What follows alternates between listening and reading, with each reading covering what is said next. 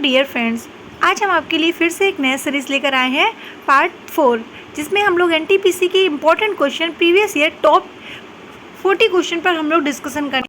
तो बने रहिए वीडियो के अंत तक और हमारे चैनल को सब्सक्राइब करके रखिए, क्योंकि आपके लिए चैनल काफ़ी हेल्पफुल होगा। चलिए देखते हैं क्वेश्चन नंबर फर्स्ट आपका क्या है। हड़प्पा सभ्यता का प्रचलित नाम क्या है। देखिए, हड़प्पा सभ्यता के प्रचलित नाम की बात करें तो सिंधु घाटी की सभ्यता, यानी कि राइट आंसर आपका ऑप्शन सी होगा। नेक्स्ट क्वेश्चन पे आते हैं। भारत के संविधान में प्रेस की आज़ादी की व्यवस्था नहीं है, किंतु यह आज़ादी किस अनुच्छेद के अंतर्निहित है। तो अगर हम बात करते हैं अनुच्छेद की, तो आपको बताना है अनुच्छेद 19। ठीक है, there is no provision for freedom of press in the Constitution of India, but in which articles is the freedom content। तो आपको बताना है अनुच्छेद 19। नेक्स्ट क्वेश्चन है, which types of tissue work as protective shield of the body, यानी किस प्रकार के ऊतक शरीर की सुरक्षा कवच का कार्य करते हैं। तो कौन से ऊतक होते हैं जो शरीर की सुरक्षा कवच का कार्य करते हैं। तो उपकला ऊतक होते हैं, यानी कि right answer option A. Next class, तंत्रिका ऊतक की इकाई है।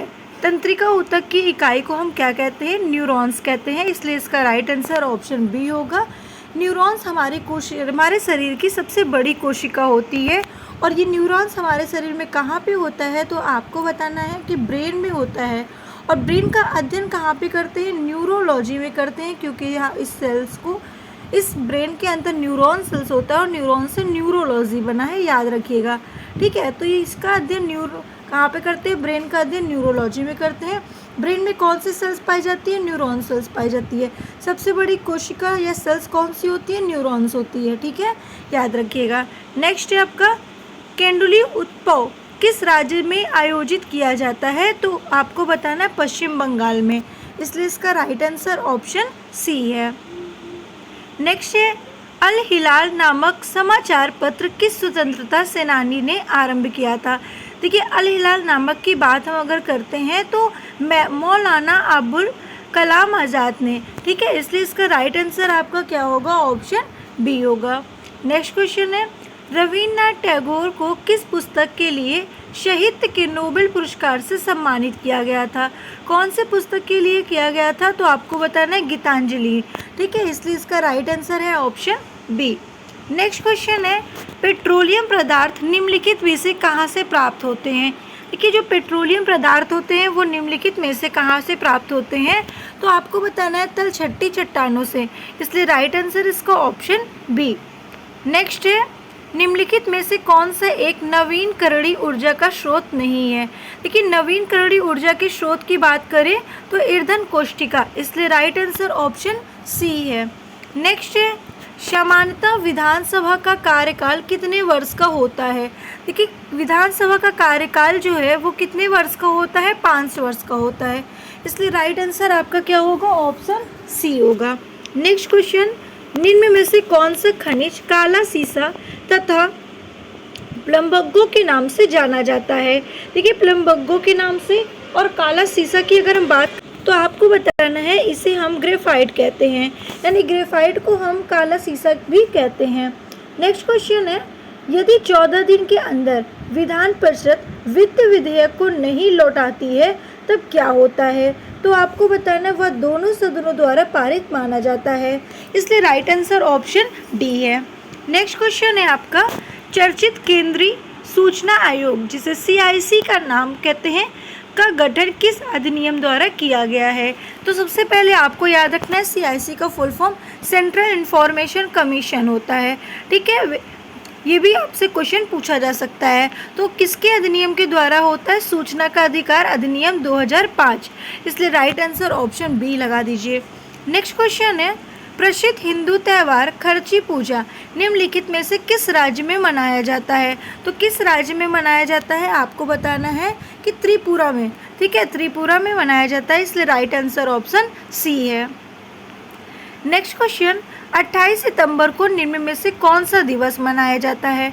देखिए 28 सितंबर की अगर हम बात करते हैं तो विश्व रेबीज दिवस मनाया जाता है, जो कुत्ते के काटने से हमें रेबीज रोग होता है। तो इस डे को सेलिब्रेट हम लोग 28 सितंबर को करते हैं। नेक्स्ट, निम्नलिखित में से कौन सा विकल्प सुमेलित नहीं है? तो आपको बताना है ऑप्शन ए, यानी कि वेद समाज जो है वो घरेलू नायडू से संबंधित नहीं है। नेक्स्ट है, निम्नलिखित में से कौन सा एक जैविक उत्प्रेरक है? देखिए जैविक उत्प्रेरक की अगर हम बात करते हैं तो एंजाइम जो होता है वो जैविक उत्प्रेरक होता है।